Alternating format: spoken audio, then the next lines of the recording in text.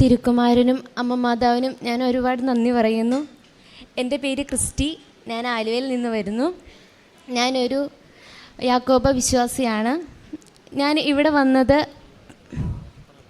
16-ാം തീയതി ജൂലൈ 2022 വന്നത്.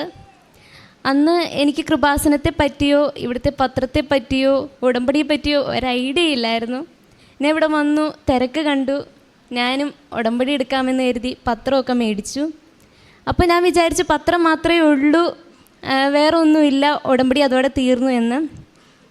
അങ്ങനെ ഞാൻ മേടിച്ചിട്ട് പുറത്തേക്ക് ഇറങ്ങിയപ്പോൾ എനിക്ക് ഭയങ്കര അവിശ്വാസമായിരുന്നു. ഇതൊക്കെ വെറും പറ്റിപ്പാണ് എന്നുള്ളൊരു തോന്നലായിരുന്നു എനിക്ക്. അത് കഴിഞ്ഞ് ഞാൻ പക്ഷേ പത്രമൊക്കെ കൊടുത്തു. പത്രം കൊടുത്തു കഴിഞ്ഞപ്പം എൻ്റെ കസിൻ എന്നോട് ചോദിച്ചു, നീ ഉടമ്പടി എടുത്തോ എന്ന്. ഞാൻ പറഞ്ഞു, ഞാൻ ഉടമ്പടി എടുത്തു, പത്രമൊക്കെ കിട്ടി എന്ന് പറഞ്ഞു. അപ്പോൾ എന്നോട് ചോദിച്ചു, നീ കൗൺസിലിംഗ് ഒക്കെ കൂടിയായിരുന്നോ എന്ന് ചോദിച്ചു. ഞാൻ പറഞ്ഞു, കൗൺസിലിംഗ് ഒന്നും കൂടിയില്ല, പത്രമൊക്കെ മേടിച്ചു, ഞാൻ പോന്നു എന്ന് പറഞ്ഞു. അപ്പോൾ എന്നോട് കൂടുതൽ ഡീറ്റെയിൽ ആയിട്ട് പറഞ്ഞു, പത്രം മാത്രമല്ല, കൗൺസിലിംഗ് ഉണ്ട്, പ്രാർത്ഥനയുണ്ട്, കുറേ കാര്യങ്ങളുണ്ടെന്ന് പറഞ്ഞു. ഞാൻ അങ്ങനെ അത് കേട്ടുപോയി. പക്ഷെ വൈകുന്നേരം ആയപ്പോൾ തൊട്ട് എനിക്ക് ഭയങ്കര വിശ്വാസം. ഞാനാണെങ്കിൽ യൂട്യൂബിൽ കുറേ ധ്യാനങ്ങൾ കാണാനായിട്ട് തുടങ്ങി. അങ്ങനെ കണ്ട് ഞാൻ രാത്രി 3 മണിക്കൊക്കെ എഴുന്നേറ്റിരുന്ന് കാണാനായിട്ട് തുടങ്ങി. ഫുൾ ടൈം എന്നെ കൃപാസനമായി. അങ്ങനെയൊക്കെ കണ്ടു. ഞാൻ എക്സാം സെപ്റ്റംബറിൽ എഴുതി. ഞാൻ ഒന്നും പഠിച്ചില്ലായിരുന്നു, പക്ഷേ എനിക്ക് ഭയങ്കര വിശ്വാസമായിരുന്നു കിട്ടുമെന്ന്. ഞാൻ എഴുതി, ഞാൻ അവിടെ ഫെയിലായി. ആ വിശ്വാസം കൊണ്ട് എനിക്ക് ഭയങ്കര ഡിപ്രഷനും ആയിപ്പോയി. ഞാൻ ഭയങ്കരമായിട്ട് വിഷമിച്ചു. എന്നിരുന്നാലും കുറച്ച് ദിവസം കഴിഞ്ഞപ്പോൾ എനിക്ക് തോന്നി, ഞാൻ ഉടമ്പടി എടുത്താൽ എൻ്റെ എല്ലാം ശരിയാവുമെന്ന്. ഞാൻ അങ്ങനെ ഒക്ടോബർ 13, 2023 ഉടമ്പടി എടുത്തു.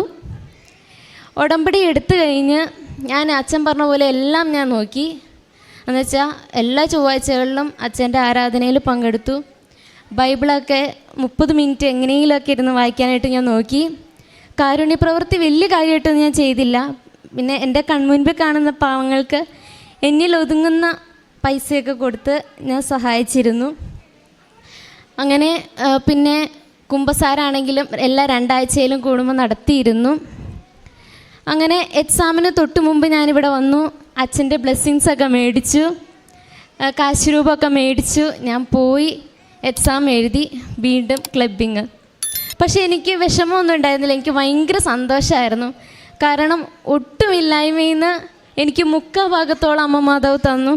അപ്പോൾ എനിക്കറിയായിരുന്നു ഇനിയും എനിക്ക് അമ്മ മാതാവ് തരും എന്ന്.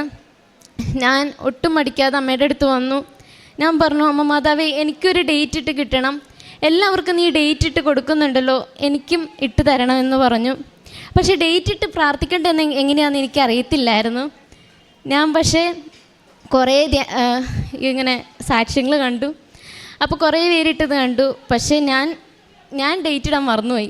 ഞാൻ ഇവിടെ വന്നിരുന്നു. കഴിഞ്ഞപ്പോൾ എൻ്റെ മനസ്സിലൊരു ഡേറ്റ് തെളിഞ്ഞു വന്നു, ജൂലൈ 9. ഞാൻ അപ്പോൾ അമ്മോട് പറഞ്ഞു, അമ്മ മാതാവേ, ആ ഡേറ്റ് അത്ഭുതമുള്ളതാക്കി തരണേ, എനിക്ക് വിശ്വസിക്കാവുന്ന രീതിയിലാക്കി തന്നെയെന്ന് പറഞ്ഞു. അങ്ങനെ പപ്പ ഇവിടെ ഈ കസേരയിൽ ഇരിപ്പുണ്ടായിരുന്നു. ഞാൻ പപ്പയുടെ അടുത്ത് വന്ന് ചോദിച്ചു, പപ്പ ഒരു ഡേറ്റ് പറഞ്ഞതെന്ന് പറഞ്ഞു. പപ്പയും സെയിം ഡേറ്റ് തന്നെ പറഞ്ഞു, ജൂലൈ 9. ഞാൻ വീട്ടിൽ ചെന്ന് പറഞ്ഞു, അമ്മ മാതാവിൻ്റെ അടുത്ത് ഞാൻ ചെന്ന് ഡേറ്റ് ചോദിച്ചു. എനിക്കൊരു ഡേറ്റ് തന്നു, അത് ഇന്ന ഡേറ്റാന്ന് പറഞ്ഞു. അപ്പോൾ വീട്ടിലുള്ളവരും പറഞ്ഞു, ഞങ്ങളും അത് ഇന്നെ വിചാരിച്ചിരുന്നേ, ആ ഡേറ്റ് തന്നെയാന്ന് പറഞ്ഞു. അങ്ങനെ ഡേറ്റൊക്കെ അടുക്കാൻ തുടങ്ങി. എനിക്ക് ടെൻഷൻസ് ഭയങ്കരമായിട്ട് കൂടി വരാൻ തുടങ്ങി. ജൂലൈ 9 ഡേറ്റ് ഇല്ലായിരുന്നു, ജൂലൈ 8 ഡേറ്റ് ഉണ്ടായിരുന്നത്. ഞാൻ ആ ഡേറ്റ് അങ്ങോട്ട് എടുത്ു, എക്സാം എഴുതി. പക്ഷേ എനിക്ക് ഒട്ടും പ്രതീക്ഷയില്ലായിരുന്നു. ഞാൻ ഒരു ദിവസം ഡ്യൂട്ടി കഴിഞ്ഞ് ഇറങ്ങിയപ്പം റിസൾട്ട് മെയിലിൽ വന്നിട്ടുണ്ട്. ഞാൻ തുറന്നു നോക്കിയില്ല, എല്ലാപ്പോഴത്തെ പോലെ ആയിരിക്കും എന്ന് വിചാരിച്ച് ഞാനത് വിട്ടു. പക്ഷേ വീട്ടിൽ വന്ന് അമ്മ മാതാവിൻ്റെ അടുത്ത് വന്നപ്പം എൻ്റെ മനസ്സ് പറഞ്ഞിരുന്നു, നോക്ക് എന്നുള്ള രീതിയിൽ. ഞാൻ അങ്ങനെ നോക്കി. എനിക്ക് UK സ്കോർ അമ്മ മാതാവ് തന്നു. ഇതിനു മുമ്പ്, ഈ റിസൾട്ട് വരുന്നതിന് മുമ്പ്, ഞാൻ ഇവിടുന്ന് 5 കെട്ട് പത്രം മേടിച്ചുകൊണ്ട് പോയി റൂട്ടിൽ എല്ലാവർക്കും കൊടുത്തിരുന്നു. അതുപോലെ തന്നെ കാരുണ്യപ്രവൃത്തി പറ്റാത്തത് കൊണ്ട് ഞാൻ ഹോസ്പിറ്റലിൽ ഡ്യൂട്ടിക്കും കയറി. അപ്പോൾ ഞാൻ അതിൽ ഭയങ്കര സാറ്റിസ്ഫൈഡായി. പിന്നെ എന്ന് പറഞ്ഞു കഴിഞ്ഞാൽ ഞാൻ തുടക്കത്തിൽ സാക്ഷ്യം കണ്ടുകൊണ്ടിരുന്നപ്പോൾ കേട്ടിരുന്നു ഈ ജപമാല റാലിയിൽ പങ്കെടുത്തു കഴിഞ്ഞാൽ കുറേ പേർക്ക് കുറേ അനുഗ്രഹങ്ങൾ കിട്ടുന്നതായിട്ട് കണ്ടു. അപ്പോൾ ഞാൻ അന്ന് ഓർത്തിരുന്നു, അമ്മ മാതാവ് എനിക്കും അങ്ങനെ കൂടാൻ പറ്റിയിരുന്നെങ്കിൽ എനിക്കും ഇങ്ങനെ വന്ന് പറയാമല്ലോ എന്ന്. ഞാൻ ഒട്ടും പ്രതീക്ഷയില്ല ഈ പ്രാവശ്യം ഈ ഒക്ടോബർ 28 ജപമാല റാലിക്ക് കൂടാൻ പറ്റുമെന്ന്. എൻ്റെ കൂടെ വർക്ക് ചെയ്യുന്ന ഒരു ചേച്ചി പറഞ്ഞു.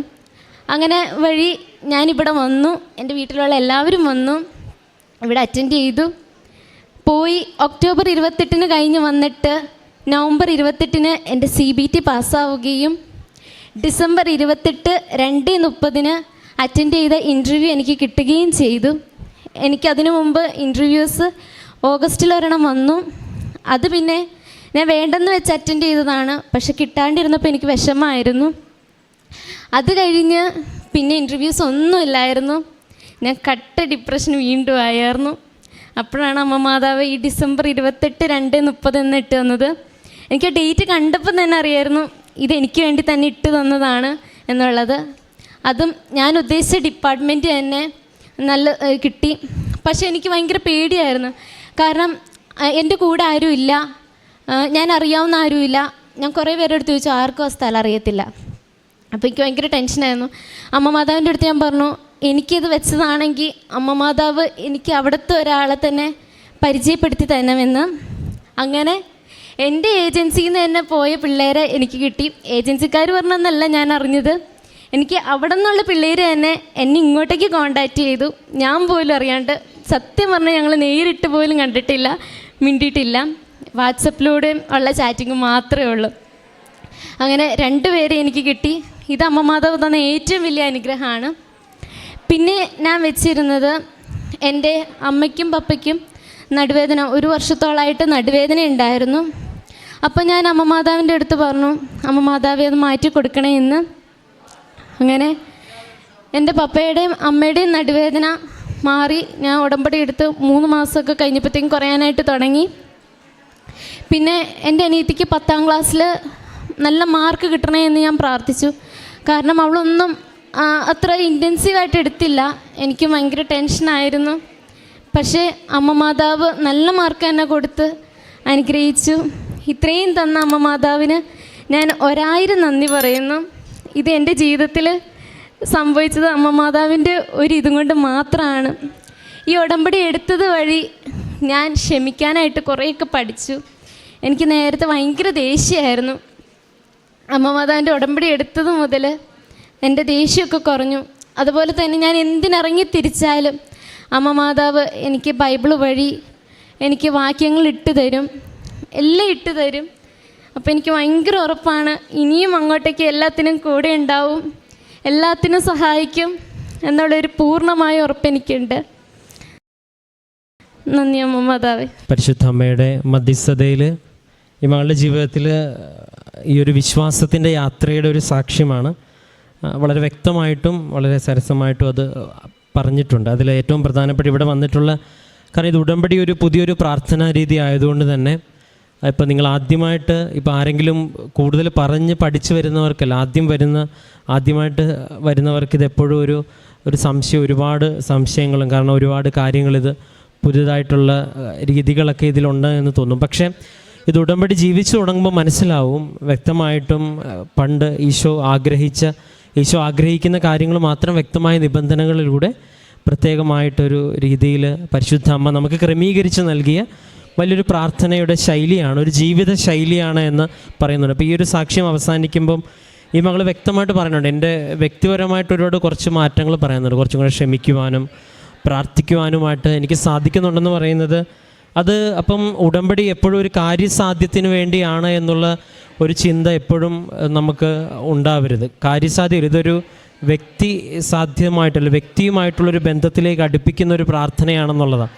ആ ഒരു വ്യക്തിബന്ധത്തിൻ്റെ ഭാഗമാണ് ഈ ഡേറ്റ് ഇട്ട് പ്രാർത്ഥിച്ചു എന്നൊക്കെ പല സാക്ഷ്യത്തിലും ആവർത്തിക്കപ്പെടുന്നതും, അല്ലെങ്കിൽ മാതാവ് തന്നെ ഓരോരുത്തർക്ക് ഡേറ്റ് കൊടുക്കുന്നതും മനസ്സിൽ തെളിയിച്ചു കൊടുക്കുന്നതും സ്വപ്നത്തിൽ വന്ന് കാണിച്ചു കൊടുക്കുന്നതും ഒക്കെ കാണിക്കുന്നത്. എന്തുകൊണ്ടാണ് ഈ ഡേറ്റും ഈ സമയവുമെല്ലാം നമ്മളെ സംബന്ധിച്ചുള്ള ഏറ്റവും പ്രധാനപ്പെട്ടതെന്ന് ചോദിച്ചാൽ, ഇവിടെ പരിശുദ്ധ അമ്മ പ്രത്യക്ഷപ്പെടുമ്പോൾ അമ്മയുടെ ഹൃദയഭാഗത്തൊരു സമയഘടികാരം ഉണ്ടായിരുന്നു എന്നുള്ളതാണ് പ്രത്യക്ഷീകരണത്തിൻ്റെ ഏറ്റവും സിഗ്നിഫിക്കൻ്റ് ആയിട്ടുള്ള ഒരു വ്യത്യാസം. മറ്റുള്ള പ്രത്യക്ഷീകരണത്തിലും വ്യത്യാസമായിട്ട് ഇവിടുത്തെ പ്രത്യക്ഷപ്പെട്ട മാതാവിൻ്റെ നിറവും ഒപ്പം ഹൃദയഭാഗത്തെ ഈ ക്ലോക്കിൻ്റെ സാന്നിധ്യവുമാണ് ഏറ്റവും പ്രധാനപ്പെട്ട പ്രകടമായ ഒരു വലിയൊരു വ്യത്യാസങ്ങളിൽ ഒന്ന്.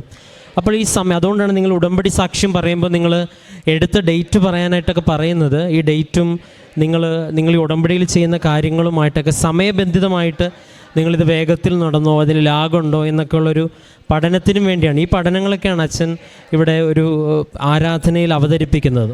അപ്പോൾ ഈ മകളുടെ ജീവിതത്തിലും വ്യക്തമായിട്ട് അവൾ പറയുന്നുണ്ട്, ഓരോ പ്രാവശ്യം ഇവിടെ വരുമ്പോഴും അതെ ആദ്യം ഇതിനു വേണ്ടിയല്ല വന്നത്, അദ്ദേഹം പിന്നീട് അത് കുറച്ചും കൂടെ പഠിച്ച് അറിഞ്ഞ് പ്രാർത്ഥിച്ച് ഇവിടെ എത്തിയതിന് ശേഷം പ്രാർത്ഥിച്ച് കിട്ടുന്ന ഡേറ്റും അപ്പച്ചൻ പറയുന്ന ഡേറ്റും ഒക്കെ ഒരുപോലെ വരുന്നു. ഇതൊക്കെ നമ്മൾ കേൾക്കുമ്പോൾ വളരെ എളുപ്പമായിട്ട് തോന്നുന്നുവെങ്കിലും ഇതിനൊക്കെ ഒരു ദൈവാനുഭവത്തിൻ്റെ ഒരു വലിയൊരു സ്പർശമുണ്ട്. അപ്പോൾ നമ്മൾ ആഗ്രഹിക്കുന്ന അതേ മനസ്സിൽ പ്രാർത്ഥിച്ചു തോന്നിയ അതേ ഡേറ്റ് അപ്പച്ചനും വീട്ടുകാരും അത് തന്നെ പറയുന്നു. പിന്നീട് ഈ മകൾക്ക് തന്നെ ബോധ്യപ്പെട്ട് കൊടുക്കുകയാണ്, നിനക്ക് ഇത് കുഴപ്പമൊന്നും ഉണ്ടാകത്തില്ല, ഇതിൽ നീ പാസ്സായി പോകുമെന്നുള്ളൊരു കോൺഫിഡൻസ്. അത് മനുഷ്യർക്ക് കൊടുക്കുന്നൊരു കോൺഫിഡൻസ് അല്ല, ഒരാൾ പ്രാർത്ഥനയിൽ കണ്ടെത്തുന്ന ഒരു വിശ്വാസം, ഒരു സാന്നിധ്യം ഈ മകൾ അനുഭവിക്കാൻ സാധിച്ചു എന്നാണ് ഈ സാക്ഷ്യത്തിൽ പറയുന്നത്. ഇതുപോലെ ഇപ്പോൾ ഇന്നേ ദിവസം തന്നെ ഇങ്ങനെയുള്ള ചെറുപ്പക്കാരായിട്ടുള്ള ഒരുപാട് പേര് ഈ സാക്ഷ്യങ്ങൾ പറയുന്നുണ്ട്. അപ്പം അതിലുമെല്ലാം പറയുന്നൊരു കാര്യം, അവരെ ബോധ്യപ്പെടുത്തുന്ന രീതിയിൽ ഒരു ദൈവ സാന്നിധ്യത്തിൻ്റെ അനുഭവം അവർക്കെല്ലാവർക്കും ലഭിച്ചു എന്നുള്ളതാണ്. അത് നമ്മൾ വിശ്വസിക്കണോ വേണ്ടേ എന്നുള്ളത് രണ്ടാമത്തെ കാര്യമാണ്. അത് നമ്മൾ വിശ്വസിക്കണോ വേണ്ട എന്നുള്ളത് അവരെ സംബന്ധിച്ചിടത്തോളം ഒരു വിഷയവും ആകുന്നില്ല. പക്ഷേ വിശ്വാസത്തിൻ്റെ തുറവയിൽ സാക്ഷ്യം കേൾക്കാൻ തുടങ്ങുമ്പോൾ അതിലൊരു ആത്മാവിൻ്റെ അഭിഷേകം ഉണ്ടാകും. ഈ മകൾ തുടക്കം പറയാനുണ്ട്, 3 മണിക്ക് എഴുന്നേറ്റ് ഉടമ്പടി ആരാധന കണ്ടെന്ന് പറയുന്നത്.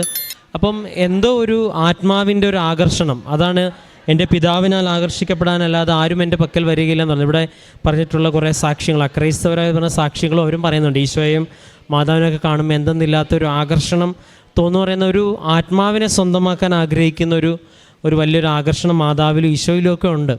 അതാണ് നിങ്ങൾ ചിലർ സാക്ഷ്യം പറയുമ്പോൾ ശ്രദ്ധിച്ചിട്ടില്ലേ, പത്രം കിട്ടിയപ്പോൾ തന്നെ എനിക്ക് എന്തെന്നില്ലാത്തൊരു സന്തോഷം ഉണ്ടായി, കണ്ണിലൂടെ കണ്ണുനീര് വന്നു, എനിക്ക് എന്തെന്നില്ലാത്തൊരു അഭിഷേകം ഉണ്ടായെന്നൊക്കെ പറയുമ്പം ഇതൊക്കെ ഒരു ഉള്ളിൻ്റെ ഉള്ളിൽ ഇതൊക്കെ ആഗ്രഹിക്കുന്ന ഒരു ആത്മാവിൻ്റെ സാന്നിധ്യമാണ്. അതുകൊണ്ടാണ് ഈ പത്രം കൊടുക്കണം അല്ലെങ്കിൽ പ്രേക്ഷിത പ്രവർത്തനത്തിന് മറ്റുള്ളവരെ സന്ദർശിക്കണമെന്ന് പറയുന്നത്. യഥാർത്ഥ സമാധാനവും സന്തോഷവും ഒരു വ്യക്തി കണ്ടുമുട്ടുന്നത് ക്രിസ്തുവിലാണ് എന്നുള്ള വലിയൊരു സത്യം നമ്മൾ അറിഞ്ഞും അറിയാതെയും നമ്മുടെ പ്രവർത്തനങ്ങൾ മൂലം സംഭവിക്കുന്നുണ്ട്. ഒരുപക്ഷെ ഇനിയും മകളുടെ ജീവിതം മുന്നോട്ട് പോകുമ്പോൾ ഒരുപാട് ദൈവാനുഭവങ്ങൾ കൊണ്ട് നിറയട്ടെ എന്ന് പ്രാർത്ഥിക്കുന്നു. ഒപ്പം ഒരുപാട് പേർക്ക് ദൈവത്തെങ്കിലേക്ക് അടുപ്പിക്കുവാനായിട്ട് ഈ ജീവിതവും ഒപ്പം സമയവും ഈ ഉടമ്പടിയും കാരണമാകട്ടെ എന്ന് പ്രാർത്ഥിക്കുന്നു. നമുക്ക് കരങ്ങളടിച്ച് ദൈവത്തിൻ്റെ നാമം മഹത്വപ്പെടുത്താം.